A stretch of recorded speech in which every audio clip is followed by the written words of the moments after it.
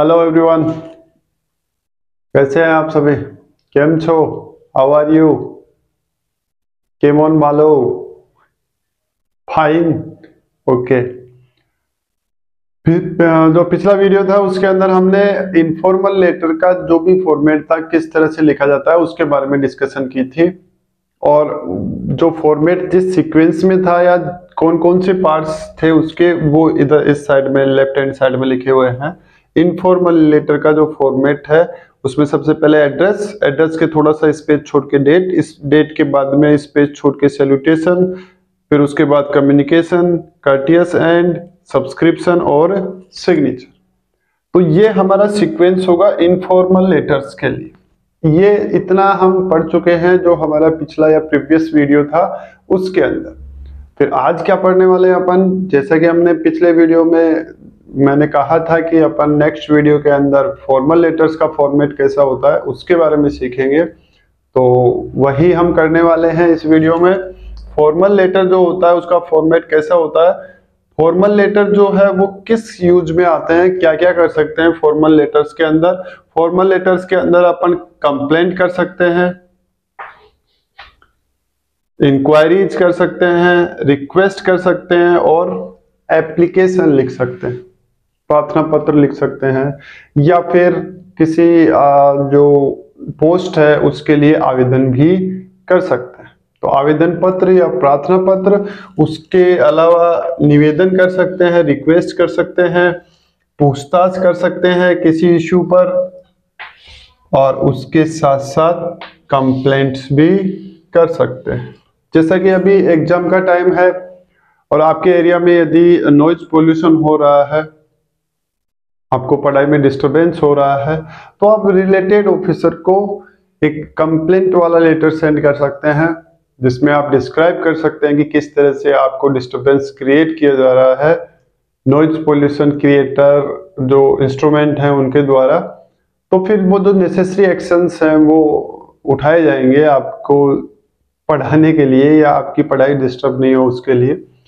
तो वो कंप्लेंट तो हम बाद में करेंगे ना, जब हमें वो लिखना आएगा, किस तरह से लिखेंगे, किसको लिखेंगे। तो पहले जान लेते हैं कि किस तरह से वो लेटर जो है वो लिखा जाता है, किस सीक्वेंस में कौन सी चीज लिखी जाती है। तो चलिए आज का जो अपना वीडियो है वो स्टार्ट करते हैं। और ये जो वीडियो है वो होने वाला है फॉर्मल लेटर के बारे में, जिसका फॉर्मेट आज हम सीखने वाले हैं। तो चलिए शुरू करते हैं। फर्स्ट जो इसका पॉइंट होगा वो जैसा इनफॉर्मल लेटर्स में एड्रेस था, वो ही इसका फर्स्ट टॉपिक या पॉइंट होगा, एड्रेस। अब एड्रेस किसका, वो ही सेंडर वाला, मीन्स भेजने वाले का पता। अब पिछले वीडियो में मैंने बताया था कि भेजेगा कौन, जो लिखेगा, तो लिखने वाले का पता बोल सकते हैं आप उसको, या फिर जो सेंड करेगा उसका एड्रेस हमें लिखना है। एड्रेस किस तरह से लिखना है, जैसे हमने इसमें लिखा था वैसे ही इसमें भी हमें वही अटेम्प्ट करना है। Minimum 2 lines, maximum 3 lines.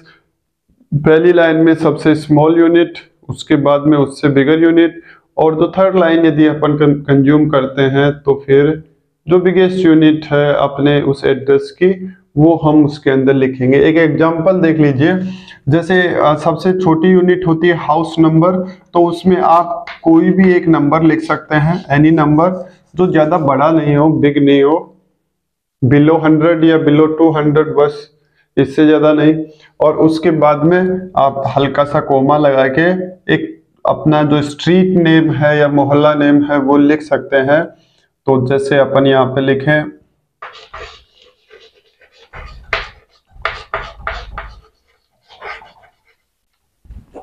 ठीक है, ये हो गया आपका मोहल्ला नेम या जो स्ट्रीट नेम है वो। इसके बाद में जैसे आप जो है वो बिगर यूनिट लिख सकते हैं, आपका जो एड्रेस है वो हो गया है कंप्लीट। लेकिन ये एड्रेस जो है वो आप ध्यान रखेंगे किसका होगा, सेंटर का होगा। ओके। सेकंड जो पॉइंट है वो है एज यूजुअल डेट, और डेट भी सेम टू सेम वैसे ही लिखी जाएगी जैसा हमने इनफॉर्मल लेटर्स में लिखा था। इन दोनों के बीच में हल्का सा स्पेस होना चाहिए जिससे कि दोनों क्लियरली दिखे। पास पास नहीं लिखेंगे जिससे कि दोनों को आपस में वो मतलब मिक्स होने के जैसा दिखे या फिर दोनों को अंडरस्टैंडिंग करने में प्रॉब्लम हो। तो डेट आप उस वहां पे लिखेंगे। ये वर्ड वहां पे नहीं लिखना है, जब लेटर लिखेंगे तब ये वाला वर्ड जो है वो नहीं लिखना है, डायरेक्ट अपने को क्या लिखनी है, डेट ही लिखनी है, जो भी उस दिन की हो जिस दिन एग्जाम हो। थर्ड जो है वहां पे लिखा जाता है लेटर नंबर। ये ज्यादातर बिजनेस और ऑफिशियल लेटर्स जो होते हैं उनके अंदर यूज होता है, जब किसी टॉपिक पर या किसी इश्यू पर हम पहले भी कोई लेटर सेंड कर चुके हैं जिसको भेजना था उसको, तो फिर उसको मेंशन किया जाता है यहाँ पे लेटर नंबर में। अब यदि कोई उसके आपको जो एग्जाम में क्वेश्चन दिया गया है उसमें कोई लेटर नंबर मेंशन किया गया है तो आप यहाँ भी मेंशन करेंगे, यदि नहीं दिया गया है तो फिर नहीं करना है। और जब लेटर नंबर मेंशन नहीं कर रहे हैं तो फिर ये लिखना भी नहीं है, ये क्या करना है, ये भी नहीं लिखना। मतलब तीसरा जो टॉपिक है या पॉइंट जो है वो हमें अटेम्प्ट ही नहीं करना है जब हमारे पास में कोई लेटर नंबर जो प्रीवियस लेटर हमने सेंड किया था वो नहीं हो, तो ये ऑटोमेटिकली कट हो जाएगा उस कंडीशन में। नेक्स्ट, इसके बाद में क्या आएगा, इसके बाद में आएगा रिसीवर्स एड्रेस। ये इनफॉर्मल लेटर से डिफरेंट। डेट के बाद में डायरेक्ट क्या आ रहा था, सैल्यूटेशन, लेकिन इसमें ये दो चीजें अलग आ चुकी हैं, लेटर नंबर और रिसीवर्स एड्रेस। जिसको हमें सेंड करना है, मतलब जो उस लेटर को रिसीव करेगा उसका एड्रेस लिखेंगे। अब उसके एड्रेस में हम क्या लिखें, क्या क्या लिखेंगे, एक तो उसके अंदर जो पोस्ट नेम है जिसको हम वो सेंड कर रहे हैं उसकी पोस्ट क्या है उसका नेम लिखेंगे, और फिर उसका कंप्लीट एड्रेस लिखेंगे। कंप्लीट क्या कर देंगे, एड्रेस लिख देंगे वहां पे, जिससे कि वो जो लेटर है वो रिलेटेड पर्सन को या जिस पोस्ट पे हम भेजना चाहते हैं उस पोस्ट से रिलेटेड व्यक्ति को मिल सके। ठीक है, इसके लिए भी, इस एड्रेस को लिखने के लिए भी वही रूल है, minimum 2 maximum 3 line. Hopper part of the page इधर ही रखेंगे लेफ्ट हैंड साइड में, आगे तक नहीं लिखेंगे। तो ये हो गया हमारा ये नेक्स्ट पॉइंट। फिफ्थ वाला जो पॉइंट होगा वो होगा सब्जेक्ट। क्या होगा, सब्जेक्ट, जिसको अपन विषय भी कहते हैं। लेटर किस टॉपिक पे या किस विषय में लिखा जा रहा है, किस सब्जेक्ट पे लिखा जा रहा है वो हम लिख देंगे। फॉर एग्जाम्पल जैसे हम इंक्वायरी के लिए लिख रहे हैं तो यहाँ पे लिख सकते हैं फॉर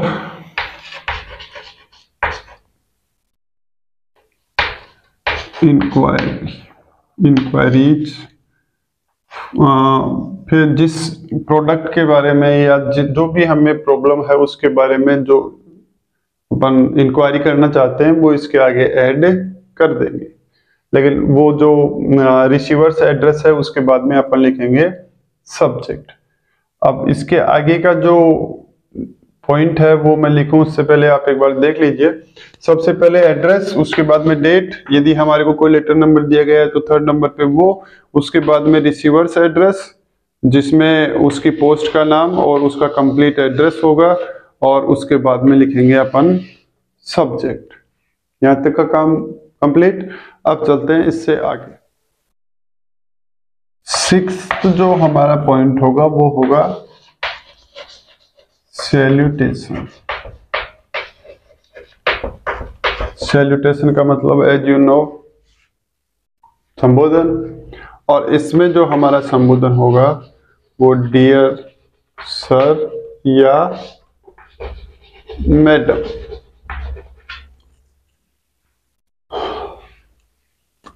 फॉर्मल जो लेटर हैं उनके अंदर हमारा संबोधन बस ये दो ही वर्ड होंगे, आइदर डियर सर और डियर मैडम या मैम। ओके, तो ये हमें ध्यान रखना है। सैल्यूटेशन किसके बाद में, सब्जेक्ट के बाद में सैल्यूटेशन। नंबर 7 पे आएगा कम्युनिकेशन, मीन्स संवाद, या उसको एक तरह से आप कह सकते हैं संदेश। जो भी जिस टॉपिक पे या जिस सब्जेक्ट पे हमें वो लेटर फॉर्मल लिखना है, वो वहां पर उसके बारे में कंप्लीट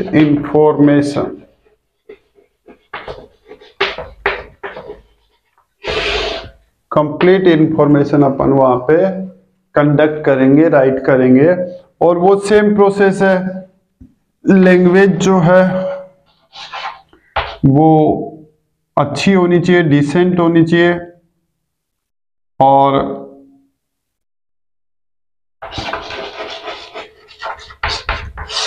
ग्रामेटिकली करेक्ट होनी चाहिए। ग्रामर के एस्पेक्ट से लैंग्वेज कैसी होनी चाहिए, करेक्ट होनी चाहिए। और उसके साथ साथ सिंपल भी होनी चाहिए as the aspect of understanding, कि वो लैंग्वेज हमारी कैसी हो, सिंपल हो, जिससे कि जो पढ़ने वाले हैं, जो रीडर्स हैं, उनको हमारी बात अच्छी तरीके से समझ आए। ठीक, क्लियर भी होनी चाहिए। ऐसा हमारी हैंडराइटिंग ऐसे नहीं हो कि जो पढ़ रहा है उसको समझ में नहीं आए कि हमें एग्जैक्टली प्रॉब्लम है क्या, क्योंकि जब तक प्रॉब्लम का उसको पता नहीं चलेगा तब तक सॉल्यूशन नहीं होगा। तो लैंग्वेज का हमें विशेष ध्यान रखना है। उसके बाद में पैराग्राफ जो होंगे वो हमारे होंगे शॉर्ट विथ प्रॉपर स्पेस। एक से दूसरे पैराग्राफ के बीच में एक ठीक ठाक खाली जगह होनी चाहिए, जिससे कि दोनों जो है वो अलग दिख सके। अब जो शॉर्ट पैराग्राफ अपन लिख रहे हैं उसमें भी क्या होना चाहिए, जैसे हमें अपनी प्रॉब्लम बताने के लिए कोई डाटा शेयर करना है, कोई फैक्ट्स शेयर करने हैं, या फिर कोई उसके अंदर हमें ऐसी इंफॉर्मेशन देनी है जो उस हमारी प्रॉब्लम को अच्छी तरह से एक्सप्लेन कर पाए या उसको स्ट्रॉन्ग बना पाए, वो सारी चीजें हम उसमें इंक्लूड करेंगे, जिससे हमारा जो डिस्क्रिप्शन है या जो हमारा कम्युनिकेशन है वो ज्यादा इम्पैक्टफुल हो, ज्यादा इंप्रेसिव हो सके और हमारी प्रॉब्लम को जिस रिलेटेड पर्सन को हम बता रहे हैं उसको अच्छे से समझ में भी आए और उसको सॉल्यूशन करने में, सॉल्यूशन ढूंढने में भी हेल्प हो सके। तो इन कुछ छोटी छोटी बातों का हमें ध्यान रखना है। कंप्लीट इंफॉर्मेशन होनी चाहिए, लैंग्वेज करेक्ट और ग्रामेटिकली करेक्ट और सिंपल होनी चाहिए। हमें जो भी कम्युनिकेशन लिखना है वो शॉर्ट पैराग्राफ्स में लिखना है और उसके अंदर यदि हम डाटा या कोई ऐसा इनपुट या जो हम नेसेसरी इंफॉर्मेशन है हमारे पास में, वो यदि हमें शेयर करने में कोई तकलीफ नहीं है तो हम वो शेयर कर देंगे, जिससे कि हमारा कम्युनिकेशन जो है वो क्या हो सके, इंप्रेसिव बन सके। तो ये है हमारा पॉइंट नंबर 7। इसके आगे कौन सा टॉपिक है या पॉइंट है, एक बार इस पर नजर मारिए फिर चलते हैं आगे। 8th जो हमारा टॉपिक होगा वो होगा हमारी कर्टियस एंडिंग। मैंने ये इधर इसलिए लिख रखे हैं पहले से ही कि ये जो आप फॉर्मल का ये जो फॉर्मेट पढ़ रहे हैं वो इससे किस प्रकार से डिफरेंट है, अलग है, भिन्न है, वो आप समझ पाए कि कौन कौन सी चीजें इसमें और ये जो फॉर्मल का अपन फॉर्मेट पढ़ रहे हैं वो सेम है और कौन सी अलग है। जैसे इसमें 7th पॉइंट थे, अपन ऑलरेडी 8th में पहुंच चुके हैं। फॉर्मल जो लेटर्स हैं उनमें, इनफॉर्मल में लास्ट बस 7th थे, सिग्नेचर आ गया वहां पे। तो जो कर्टियस एंडिंग है वो इसमें भी है, लेकिन इस कर्टियस एंडिंग में और फॉर्मल लेटर वाली कर्टियस एंडिंग में क्या अंतर है। यहाँ पे अपन क्या लिख रहे थे, बेस्ट विशेस लिख रहे थे, विथ लव लिख रहे थे, विथ रिगार्ड्स लिख रहे थे, लेकिन यहाँ पे अपन क्या लिख सकते हैं,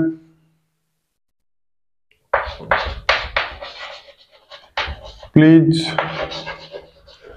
लुक द मैटर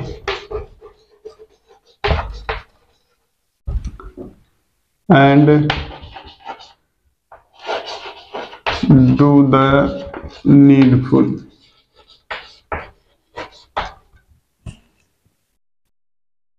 कि जो हमने समस्या बताई है उसको आप देखें और जो भी आवश्यक कार्रवाई हो, जो भी नीडफुल एक्टिविटी हो वो करे।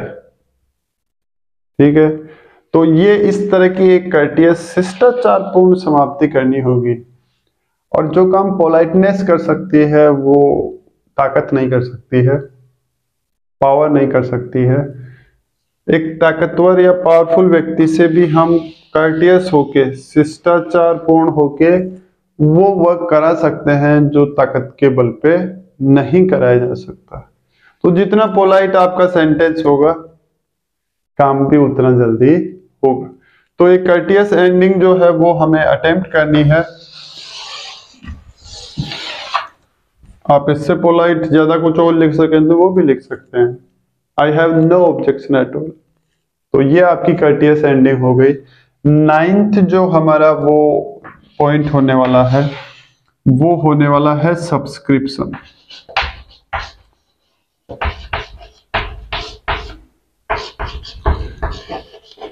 सब्सक्रिप्शन मीन्स वही उक्ति का मतलब कथन या सेंटेंस जो कैसी हो, प्रिय हो, मतलब प्रियोक्ति।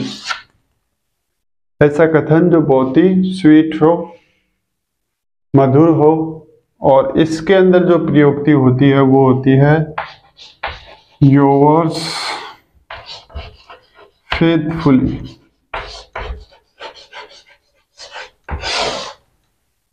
योवर्स फेथफुली, उसके अंदर हम लिख रहे थे your loving son, your loving daughter etcetera, और योर लविंग फ्रेंड, है ना। तो योवर्स अफेक्शनेटली, योवर्स सिंसियरली, ये लिख रहे थे। लेकिन जो ऑफिशियल लेटर्स हैं, अब वो किसी को भी लिखे जा रहे हों या किसी भी रीजन के लिए लिखे जा रहे हों, जो हमारा सब्सक्रिप्शन होगा, प्रियोक्ति जो होगी वो क्या होगी, योवर्स फेथफुली। इसके बाद में ये सब्सक्रिप्शन लिखने के बाद में 10th जो हमारा पॉइंट होगा वो होगा सिग्नेचर, हस्ताक्षर। हस्ताक्षर किसके होंगे, जो सेंडर है उसके, जो सेंडर है उसके होंगे। उसके बाद में हमें लिखना है सेंडर जो है वो उसका बिजनेस फर्म जो है या जो भी वो जिस पोस्ट पे है वो कौन से ऑर्गेनाइजेशन में काम करता है, एटसेट्रा एटसेट्रा। बिजनेस लेटर्स के लिए है ये, क्योंकि बिजनेस जो है वो एक फर्म से दूसरी फर्म के बीच में जो मैसेज का एक्सचेंज होता है उसके लिए लेटर्स लिखे जाते हैं। तो यदि वैसा बिजनेस लेटर लिख रहे हैं तो फर्म का नेम लिख देंगे इसके नीचे, और यदि कोई फर्म से रिलेटेड नहीं है तो सिग्नेचर के नीचे अपना कंप्लीट नेम जो है वो लिख देंगे। अब एंड में क्या करेंगे, एनक्लोजर्स और होता है एक, संलग्न कहते हैं उनको। यदि हम अपनी उस लेटर में लिखी हुई बात को किसी डॉक्यूमेंट्स के द्वारा प्रूव करना चाहते हैं या उस हमारी कंप्लेंट को वो एक्सप्लेन करने में कोई डॉक्यूमेंट्स जो है वो हमारी हेल्प कर सकता है, जो हमने उसके साथ में अटैच किए हैं लेटर के साथ में, तो उनका डिस्क्रिप्शन लिखना है। 1 है, 2 है, 3 है, 4 है, और किस टाइप का डॉक्यूमेंट्स है, आधार कार्ड है, पैन कार्ड है, जो भी है वो डॉक्यूमेंट्स का नाम जो है वो अपन नंबर लगा के उसके अंदर एनक्लोजर्स तो टॉपिक लगाना है। फिर उसके बाद में उसके सामने हमें लिखना है 1 2 3 4 जितने हमने एनक्लोजर्स या डॉक्यूमेंट्स उसमें अटैच किए हैं वो हम वहां पे डिस्क्राइब कर देंगे कि ये चीजें हमने इस लेटर के साथ में एनक्लोज की हैं, अटैच की हैं। वो हमारी बात को और ज्यादा क्लियरली वहां पे एक्सप्लेन कर पाएंगे, डिस्क्राइब कर पाएंगे। तो वो आप चाहें तो लिख सकते हैं, अदरवाइज सिग्नेचर और फुल नेम लिखने के बाद में आप इसको लेटर को एंड भी कर सकते हैं, ज्यादा प्रॉब्लम नहीं होने वाली है आपको नीचे। यदि क्वेश्चन में किसी एनक्लोजर का या किसी डॉक्यूमेंट्स का डिस्क्रिप्शन है तो फिर वो आपको लिखना ही पड़ेगा, और वो जो एनक्लोजर जो 11th टॉपिक आप लगाकर उसके अंदर उनको ऐड कर सकते हैं कि कौन कौन से डॉक्यूमेंट्स या कौन कौन से जो अटैचमेंट्स जो हैं वो आपने उसके साथ में ऐड किए। तो ये है आपका फॉर्मल लेटर का फॉर्मेट। अब आपने यहाँ इनफॉर्मल के जो फॉर्मेट है उसको देखा है, इधर हम आज जो हमने पढ़ा है वो है फॉर्मल लेटर्स का फॉर्मेट। दोनों में क्या डिफरेंस है, क्या सिमिलरिटी है। कई वर्ड आपको देखने को मिले जैसे कि address, date, salutation, communication, courteous, ending, subscription, signature, ये इसमें भी ऐड है, लेकिन इसमें लिखने का तरीका अलग है, इन्हीं चीजों को इसमें लिखने का तरीका अलग है। तो उस माइनर डिफरेंस को आप अपने माइंड में क्लियरिफाई कर लीजिएगा लिखने से पहले कि इसमें किस तरह से लिखते हैं और इसमें किस तरह से लिखा जाता है। ये दोनों में सेम है, जैसा इसमें लिखेंगे वैसा इसमें भी लिख सकते हैं। डेट में कोई कंफ्यूजन नहीं है, दोनों में सेम लिखा जाएगा। इसका थोड़ा सा इश्यू है, दोनों में अलग अलग लिखा जाता है। कम्युनिकेशन में यहाँ भी हम वही मैसेज लिखते हैं, यहाँ भी हम वही जिस टाइप से मैसेज लिखा जाता है वही हम डिस्क्राइब करेंगे। कर्टियस एंडिंग दोनों की अलग अलग होती है, सब्सक्रिप्शन भी दोनों के अलग अलग हैं, सिग्नेचर सेम ही होते हैं। और जो एक्स्ट्रा इसके टॉपिक हैं उनका आप ध्यान रखिएगा, जैसे लेटर नंबर है, रिसीवर्स एड्रेस है, एनक्लोजर्स है। तो ये 2-3 चीजें हैं जिनका हमें ध्यान रखना है। बाकी जो है वो ज्यादा दिक्कत या प्रॉब्लम आपको होने वाली नहीं है, क्योंकि एक एक चीज को हमने बिल्कुल बारीकी से सीखा है। यहाँ पे केवल बोला और देखा ही नहीं जाता है, यहाँ पे कोशिश ये की जाती है कि जो भी आप देख रहे हैं, जो भी आप सुन रहे हैं, उसको आपके यहाँ पे पहुंचा दिया, दिमाग में पहुंचाया जाए, जिससे कि उसका कोई बेनिफिट हो। केवल बोलना या यहाँ पे दिखाना हमारा एम नहीं है। एम ये है कि आप जो भी टाइम दे रहे हैं इस चैनल पे या इस वीडियो को या बाकी वीडियोस को, उसका आपको बेनिफिट मिले, ये हमारा एम है, यही हमारा टारगेट है, और वो हम धीरे धीरे अचीव भी कर रहे हैं। तो यदि कोई फिर भी प्रॉब्लम रह गई है तो आप कमेंट कर सकते हैं। बाकी मुझे नहीं लगता है कि आपको अब कोई कंफ्यूजन रहा होगा ड्यू। तो जम के प्रैक्टिस कीजिए और आई होप अच्छे ही मार्क्स लाएंगे। नेक्स्ट एग्जाम के लिए best of luck. I hope आपको गुड मार्क्स मिलेंगे, गुड क्या बेस्ट मार्क्स मिलेंगे आपकी कैपेबिलिटी, आपकी कैपेसिटी के अनुसार। तो पढ़ते रहिए, आगे बढ़ते रहिए। आज के वीडियो में बस इतना ही, मिलते हैं नेक्स्ट वीडियो में नए टॉपिक के साथ में। Till then, good night, good bye, take care, see you soon in the next video. Okay, bye bye.